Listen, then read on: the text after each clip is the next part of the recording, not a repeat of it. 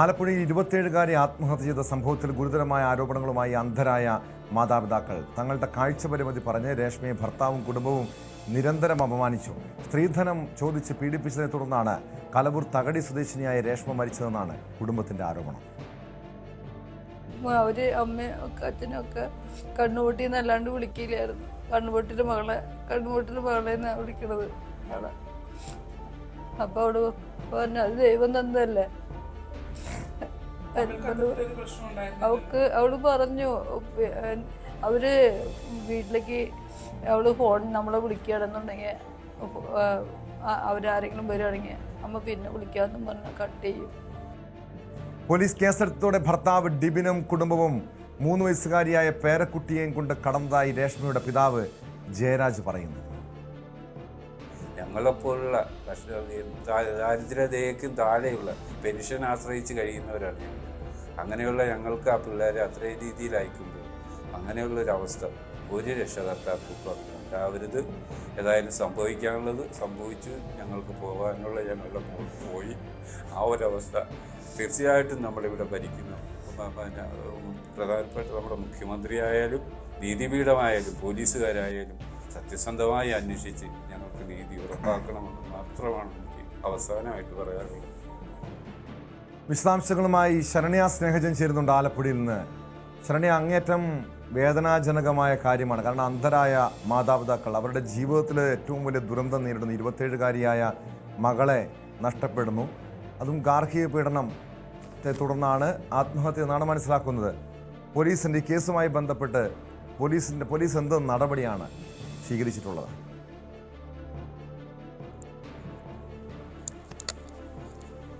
ടോമ, ഗാർഹിക പീഡന പരാതിയിന്മേൽ ആത്മഹത്യാ പ്രേരണ കുറ്റം, ഗാർഹിക പീഡനം ഉൾപ്പെടെയുള്ള വകുപ്പുകൾ ചുമത്തിയാണ് ഈ കേസിനകത്ത് നോർത്ത് പോലീസ് ഡിബിനെതിരെയും ഡിബിൻ്റെ പിതാവിനെതിരെയും കേസ് എടുത്തിട്ടുള്ളത്. പക്ഷേ ഇതിനകത്ത് ഏറ്റവും പ്രധാനപ്പെട്ടതെന്ന് പറയുന്നത് ആ ഒരു കുടുംബത്തിൻ്റെ രക്ഷകർത്താക്കളുടെ വൈകല്യത്തെ ചൂണ്ടിക്കാട്ടി ആ പെൺകുട്ടി ആ വീട്ടിൽ അപമാനിക്കപ്പെട്ടു എന്നുള്ളതാണ്. നമ്മൾ ജയരാജിനെയും ഒപ്പം തന്നെ ജയരാജിൻ്റെ ഭാര്യ ഷീല ജയരാജിനെയും നമ്മൾ കണ്ടിരുന്നു. ഒരു വളരെ കഷ്ടപ്പെട്ടിട്ടാണ്. കാരണം ജയരാജിനെ സംബന്ധിച്ചിടത്തോളം നേരിയ തോതിലുള്ള ഒരു കാഴ്ച മാത്രമേ ജയരാജിന് ഉള്ളൂ. അദ്ദേഹം ബ്രെയിൻ ലിപി ഉപയോഗിച്ച് പഠിച്ച് ഡിഗ്രി വിദ്യാഭ്യാസം പൂർത്തിയാക്കിയ ഒരാൾ കൂടിയാണ്. ഒപ്പം തന്നെ ഷീല പൂർണ്ണമായും കാഴ്ച ഇല്ലാത്ത ഒരാളാണ്. കാഴ്ച പരിമിതിയുള്ള അന്ധയായ ഒരു സ്ത്രീയാണ്. അപ്പോൾ ഇവർ വളരെ കഷ്ടപ്പെട്ട് 2 പെൺമക്കളെ ബിരുദം വരെ പഠിപ്പിച്ചു. അവർക്ക് ഒരു സാധാരണ കിട്ടുന്ന ഒരു ജോലിയും ഒക്കെ ഈ പെൺകുട്ടികൾക്ക് ഉണ്ടായിരുന്നു എന്നുള്ളതാണ്. പക്ഷേ ഈ വിവാഹത്തോടു കൂടി ആ കുട്ടിയുടെ ജീവിതമാകെ താറുമാറായി എന്നുള്ളതാണ്. വിവാഹം കഴിച്ചത് ആലപ്പുഴ നഗരത്തിൽ തന്നെയുള്ള കൈചൂണ്ടിക്ക് സമീപമുള്ള ഡിബിൻ എന്ന വ്യക്തിയാണ് വിവാഹം കഴിച്ചത്. തത്തമ്പള്ളി വാർഡ് സ്വദേശിയാണ്. ഈ വിവാഹത്തിന് ശേഷമാണ് ഈ കുട്ടിയുടെ ജീവിതമാകെ മാറി മറിഞ്ഞതെന്നുള്ളതാണ് കുടുംബം പറയുന്നത്. എഫ്ഐആറിലും അത്തരം കാര്യങ്ങൾ, ഗാർഹിക പീഡനം ആ വീട്ടിൽ നടന്നിരുന്നു എന്നുള്ളത് നോർത്ത് പോലീസ് എടുത്തിട്ടുള്ള എഫ്ഐആറിൽ സൂചിപ്പിക്കുന്നു. കഴിഞ്ഞ സെപ്റ്റംബർ 17-ാം തീയതിയാണ് രേഷ്മ മരണപ്പെടുന്നത്. പക്ഷേ ഈ മരണത്തെ സംബന്ധിച്ച മറ്റ് വിശദാംശങ്ങളൊന്നും തന്നെ പുറത്തേക്ക് എത്തിയില്ല. കാരണം വളരെ സാധാരണ കുടുംബമാണ് അവരെന്നുള്ളതാണ്. നമ്മൾ ഇവരുമായി ബന്ധപ്പെട്ട് നമ്മൾ ആ വീട്ടിലേക്ക് എത്തുമ്പോൾ ഏറ്റവും സങ്കടകരം എന്ന് പറയുന്നത് കേട്ടോ, ഞാൻ തന്നെ നേരിട്ട് എനിക്ക് അറിയാവുന്നൊരു കുട്ടിയായിരുന്നു എന്നുള്ളതാണ്. നമ്മൾ അവിടെ ചെല്ലുമ്പോൾ ഫാം ഫൈബറിൽ തൊട്ടടുത്തുള്ള പാതിരപ്പയിൽ തന്നെ തൊട്ടടുത്തുള്ള ഒരു ഫാം ഫൈബർ എന്ന് പറയുന്ന സ്ഥാപനത്തിൽ ജോലി ചെയ്ത കുട്ടി, വളരെ പ്രസരിപ്പോടുകൂടി ജോലി ചെയ്തിരുന്ന ഒരാളാണ്. ആ ചിത്രം കാണുമ്പോഴാണ് നമ്മൾ ഈ എത്തിയിരിക്കുന്നത് ഈ കുട്ടി മരണപ്പെട്ടു എന്ന സംഭവത്തിലാണ് എന്നുള്ളത്. വളരെ ഞെട്ടിക്കുന്നതായിരുന്നു. അത്രയും പ്രസരിപ്പോടുകൂടി ജോലി ചെയ്ത ഒരാൾ തൂങ്ങി മരിക്കുക, ആത്മഹത്യ, അത് 3 വയസ്സുള്ള കുഞ്ഞിനെയും ഇട്ടിട്ടുള്ളതാണ്. വളരെ ആ വീട്ടിൽ നടന്ന കാര്യങ്ങളെക്കുറിച്ച് പറയുമ്പോൾ അച്ഛനും അമ്മയും അവർക്ക് വളരെ നിസ്സഹായരായ മനുഷ്യരാണ്. അവർ കരയുകയാണ്. കാരണം കണ്ണുപൊട്ടിയുടെ മകൾ എന്ന് പറഞ്ഞ് നിരന്തരം ആക്ഷേപം തങ്ങളുടെ മകൾ ആ വീട്ടിൽ അമ്മയുടെ വൈകല്യത്തിൻ്റെ അച്ഛൻ്റെ വൈകല്യത്തിൻ്റെ പേരിൽ നേരിടേണ്ടി വന്നു എന്നുള്ളതാണ്. ആദ്യം അവിടെ തുടങ്ങിയാണ് അപമാനിക്കൽ തുടങ്ങിയെങ്കിൽ പിന്നീട് അത് സ്വർണത്തിൻ്റെ പേരിലായി എന്നുള്ളത് അവർ വ്യക്തമാക്കുന്നു. ഒരു ഘട്ടത്തിൽ ഈ ജയരാജിൻ്റെ മുമ്പിൽ വെച്ച് അവരുടെ വീട്ടിൽ വെച്ച് ഈ ഡിബിൻ ഈ പെൺകുട്ടി രേഷ്മയുടെ മുഖത്തടിച്ചു എന്നുള്ളത് അവർ വ്യക്തമാക്കുന്നുണ്ട്. ഒപ്പം തന്നെ അന്ന് തർക്കമുണ്ടായി, പിന്നീട് അത് പരിഹരിച്ച് പറഞ്ഞു വിട്ടതാണ്. പക്ഷേ ഈ സ്ത്രീധനം സംബന്ധിച്ച തർക്കം, അതായത് സ്വർണത്തെ സംബന്ധിച്ച തർക്കം ഈ ഡിബിൻ്റെ പിതാവും ഒപ്പം തന്നെ മാതാവ് അടക്കമുള്ള ആളുകളുടെ ഭാഗത്തുനിന്ന് രേഷ്മ നേരിടേണ്ടി വന്നു എന്നുള്ളതാണ്. നോർത്ത് പോലീസ് കേസെടുത്തു. പക്ഷെ 1 മാസം മാസക്കാലമായിട്ടും ഇവരെ അറസ്റ്റ് ചെയ്യാനോ മറ്റ് നടപടിക്രമങ്ങളിലേക്കോ കടക്കാൻ കഴിഞ്ഞിട്ടില്ല. വളരെ ഗുരുതരമായ വകുപ്പുകൾ, ഗാർഹിക പീഡനം അടക്കമുള്ള വകുപ്പുകൾ ചുമത്തിയിട്ടുണ്ട്. ആത്മഹത്യ, പ്രേരണ കുറ്റമുണ്ട്. അത്തരം കാര്യങ്ങളൊക്കെ ഇവരുടെ പേരിൽ ഉണ്ടെങ്കിൽ പോലും 1 മാസമായി ഇവർ കടന്നു കളഞ്ഞു എന്നുള്ളത്. അതിൽ തന്നെ ഇവർക്ക് ഈ രക്ഷകർത്താക്കൾക്ക് ഏറ്റവും വലിയ ആശങ്ക എന്ന് പറയുന്നത് 3 വയസ്സുള്ള ഈ രേഷ്മയുടെ പെൺകുഞ്ഞാണ്. ഈ കുട്ടി ഈ അച്ഛൻ അമ്മയെ ഉപദ്രവിച്ച വിവരം ഉൾപ്പെടെയുള്ള കാര്യങ്ങൾ ഇവരോട് പറഞ്ഞിരുന്നു. ആ പറഞ്ഞതിന് ശേഷമാണ് ഈ കുട്ടിയെ കൊണ്ട് ഒളിവിൽ പോകുന്നതെന്നുള്ളതാണ്. കുഞ്ഞ് എവിടെ എന്നുള്ള വലിയ ആശങ്ക, മകളെ നഷ്ടപ്പെട്ടിരിക്കുന്നു, ഒപ്പം തന്നെ ചെറുമകൾ എവിടെയെന്നൊക്കെയുള്ള വലിയ ആശങ്കയുണ്ട്.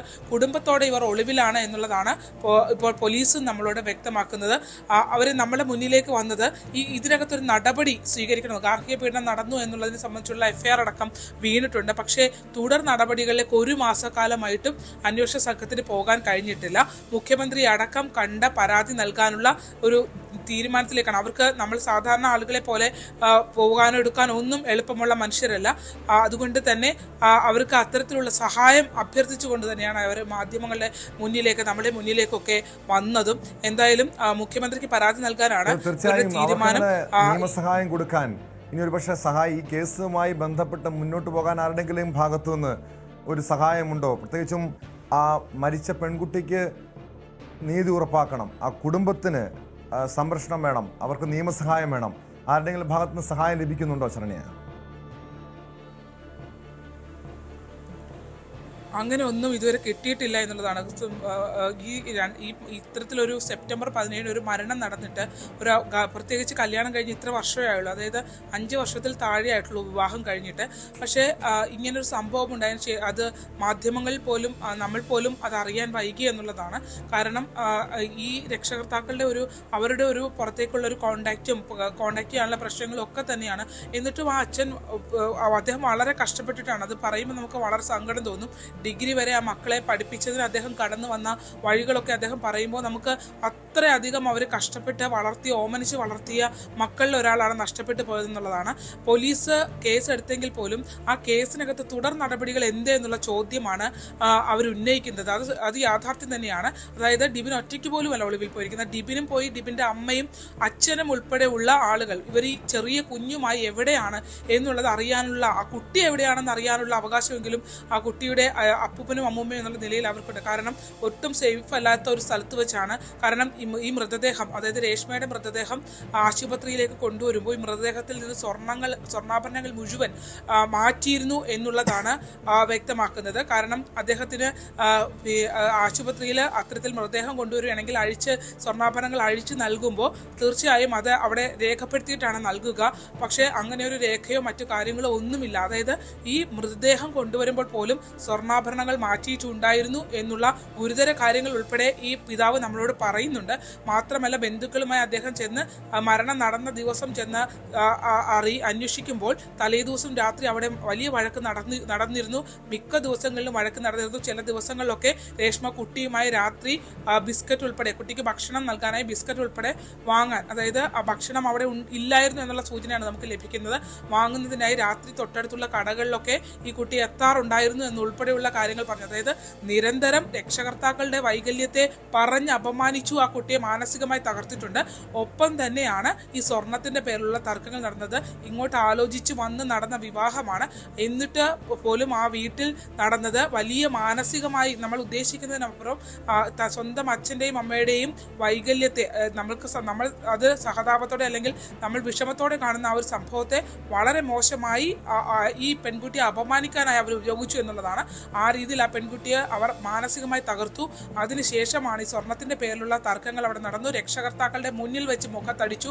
ആ സമയത്ത് ജയരാജുമായ ഒരു തർക്കം ഇയാൾ ഉണ്ടാവുകയും പിന്നീട് അത് പരിഹരിച്ച് എങ്ങനെയെങ്കിലും മക്കൾ ജീവിക്കട്ടെ എന്നുള്ള രീതിയിൽ പറഞ്ഞു വിട്ടതാണ്. അതിനുശേഷമാണ് ഇപ്പോൾ ഇങ്ങനെ ഒരു സംഭവം ഉണ്ടായിരുന്നത്. ഒരു വീഡിയോ കോൾ വീട്ടിലേക്ക് വിളിക്കാൻ പോലും ഈ പെൺകുട്ടിക്ക് പേടിയായിരുന്നു എന്നുള്ളതാണ് പറയുന്നത്. അതിൽ തന്നെ ഈ അമ്മയുടെ കാഴ്ച പരിമിതി അടക്കമുള്ള വിഷയങ്ങളെ ചൂണ്ടിക്കാട്ടി ഈ പെൺകുട്ടി അങ്ങനെ ഒരു കോൾ വിളിക്കുമ്പോൾ പോലും ആ പെൺകുട്ടി അപമാനിക്കപ്പെട്ടിരുന്നു എന്നുള്ളതാണ്. അത്തരത്തിൽ നമ്മൾ സാധാരണ രീതിയിൽ കേട്ടുകേൾവി പോലും ഇല്ലാത്ത രീതിയിലുള്ള അപമാനത്തിലൂടെ രക്ഷകർത്താക്കളുടെ വൈകല്യത്തെ ചൂണ്ടിക്കാട്ടിയുള്ള അപമാനത്തിലൂടെ കടന്നുപോയി. ഒപ്പം തന്നെയാണ് ഈ പറഞ്ഞ സ്വർണം ആവശ്യപ്പെട്ടുകൊണ്ടുള്ള തർക്കങ്ങളും അതിൽ തുടർന്നുണ്ടായ മർദ്ദനവും അടക്കം ഈ കേസിൽ സംഭവിച്ചിട്ടുണ്ട്. എന്തായാലും ഈ പ്രതികൾ ഒളിവിലാണ്. ഇവരെ ഇതുവരെ കണ്ടെത്താനായി നോർത്ത് പോലീസിന് കഴിഞ്ഞിട്ടില്ല. യെസ്, വ്യക്തമാണ്. ശരണ്യ സ്നേഹജനാണ് ആലപ്പുഴയിൽ നിന്നും വിവരങ്ങൾ നൽകിയത്.